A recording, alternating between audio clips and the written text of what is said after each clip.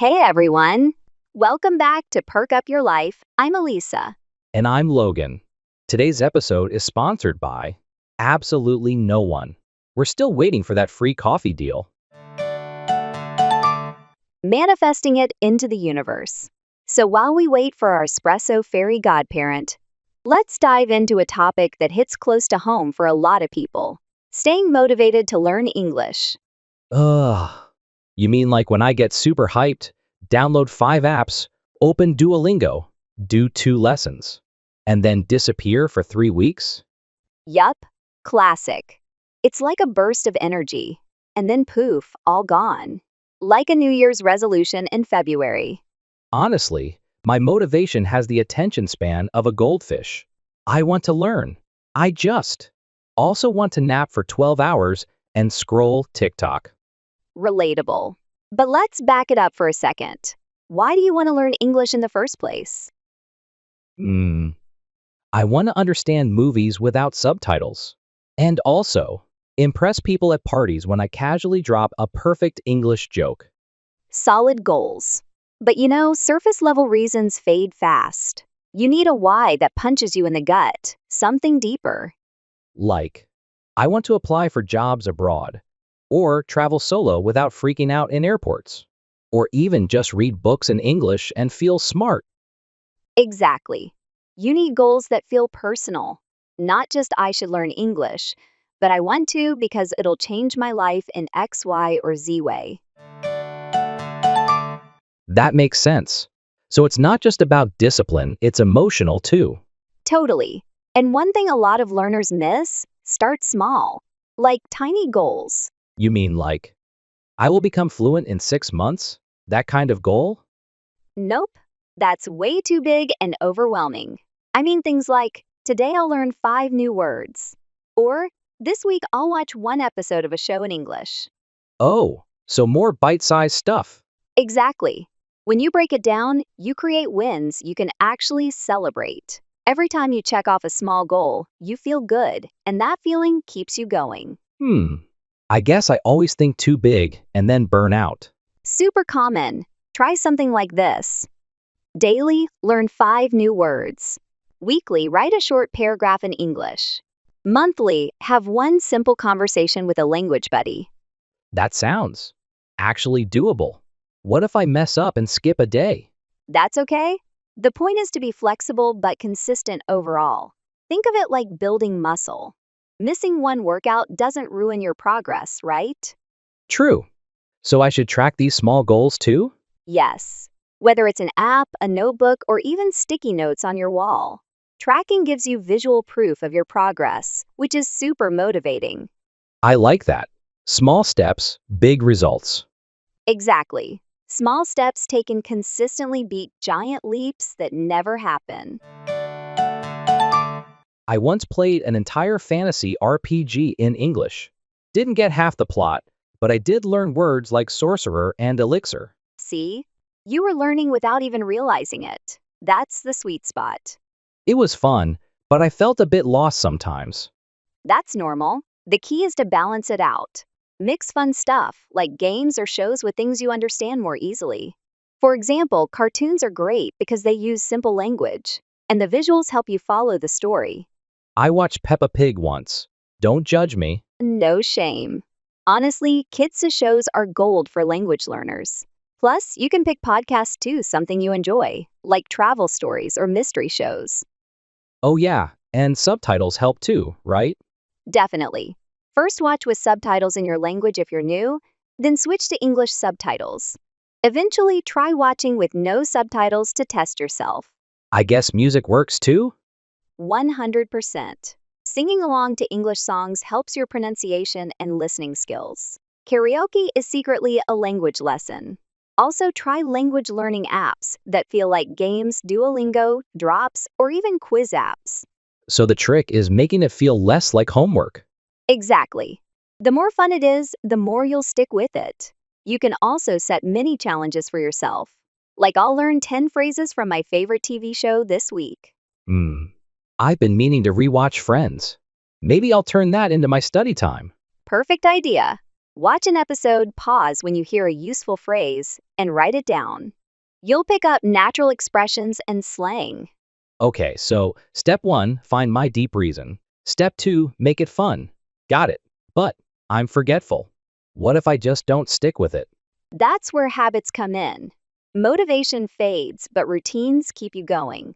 Like James Clear said in Atomic Habits, you don't rise to the level of your goals.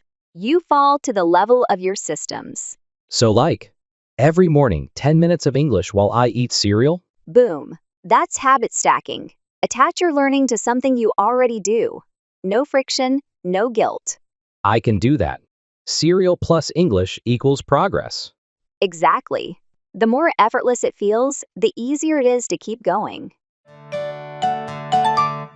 All right, before we continue, let's go over some useful words and phrases from our conversation. First, motivation. It means your reason for doing something. For example, my motivation to learn English is stronger when I set clear goals. Next, attention span. That's how long you can focus. For example, his attention span is short, so he prefers quick lessons. Then, surface level. This means not deep or serious. For example, surface level reasons fade fast when things get hard. Now, bite-sized. It means small and easy to manage. For example, she set bite-sized goals to keep things simple. After that, overwhelming. This means too much to handle. For example, a huge goal can feel overwhelming and discourage you. Next, habit stacking. That's linking a new habit to one you already have. For example, I use habit stacking by listening to English podcasts during breakfast. Finally, mini challenges. These are small tasks to push yourself. For example, I set mini challenges to learn 10 new phrases a week.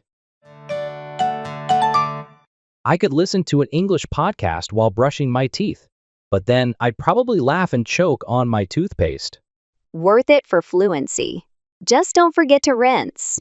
So far, we've got purpose, fun, and habits. But let's say I'm doing great, and then I miss a day, then two. Then I spiral and feel like a failure. That's the classic motivation dip. Everyone hits that wall. The trick is not aiming for perfect, but aiming for consistent. Even on your worst days, just do the minimum one word, one sentence. I guess I've always thought if I couldn't do a full study session, it wasn't worth it. Totally normal thinking. But actually, variety keeps your brain fresh. Changing your routine a bit can re-energize your motivation. Like what? Do I need to overhaul everything? Nope, just small switches. For example, if you usually study in the evening, try mornings. Or instead of reading, watch a video. Even changing location study at a cafe or in the park can make it feel new again. Oh, that makes sense. I've been doing the same thing for weeks and kind of got bored. Exactly. You can also mix up the skills you practice. One week, focus more on listening, the next week on speaking. Or challenge yourself. This week, I'll try to chat with one person online, or I'll write a short diary entry every night. I like that idea. Keeps it interesting. And it trains different parts of your brain. Plus, when you shake up your routine, you're less likely to plateau. What about those days when I'm just not in the mood? On those days, do something easy and light. Maybe just review flashcards or listen to a song. The key is to keep the habit alive even if it's tiny. It's like telling your brain, hey, we're still doing this. Kind of like brushing your teeth even if you don't feel like it. You just do it? Exactly. And over time, it becomes part of who you are, not just something you have to do. Okay, so change it up, stay flexible, and keep it light on bad days. That sounds doable. Totally doable. The magic is in the small, steady steps. Like the Jerry Seinfeld, don't break the chain trick? Exactly. Keep the streak alive. Even tiny steps count. But sometimes it feels like I'm moving so slowly. Like, I'm not fluent yet, so what's there to celebrate? Oh, that's such a common feeling. But here's the thing. Progress isn't just big milestones like passing a test or having a perfect conversation. It's also the small wins, understanding a joke in English, remembering a tricky word, or realizing you didn't need subtitles for a whole scene. Hmm. I never really thought about it like that. Yeah, and honestly, celebrating those small wins keeps you motivated. Our brains love rewards. What kind of celebrations are we talking about? A pizza party. Hey, if pizza keeps you going, do it. But it can be simple too. Mark your calendar, share your progress online, or give yourself 15 minutes of guilt-free chill time after you study. Oh, so like little rewards. Exactly. And also track your progress. Keep a notebook or an app where you write down cool new phrases you've learned or things you can do now that you couldn't a month ago. I guess that helps you actually see the progress, right? Totally. It's easy to forget how far you've come when you're focused on what's ahead. Looking back can give you a huge confidence boost. I did have a moment like that the other day. I helped a tourist find a bus stop in English. See? That's awesome. Did you celebrate? No. I just told my friend. That counts, but next time, give yourself a high five or buy a little treat. You deserve it. Every step matters. Okay, deal. Next milestone ice cream. Perfect. And remember, language learning is a journey. The more you celebrate, the more fun it feels. I joined a Discord server once. It was mostly memes, but also grammar debates. Surprisingly intense. Memes count. If you're reading, reacting, and typing in English, you're using the language. You don't need a classroom to learn. You're telling me that reading SpongeBob memes in English is valid language practice? 100%. Plus, you're building cultural context, which is huge for real communication. Okay, I think I'm finally getting it. Motivation isn't some magic thing that shows up every morning. Nope. It's built with systems, with joy, with people, and with showing up even when you don't feel like it. And when all else fails, Bribe yourself. Seriously. One new word, one cookie, or 5 minutes of studying, 5 minutes of YouTube. now we're talking my language. So, to everyone listening, stay curious, stay consistent, and give yourself credit. You're doing better than you think. And your future fluent self?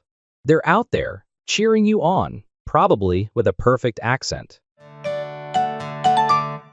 All right, let's take a moment to go over some useful words and phrases from our conversation.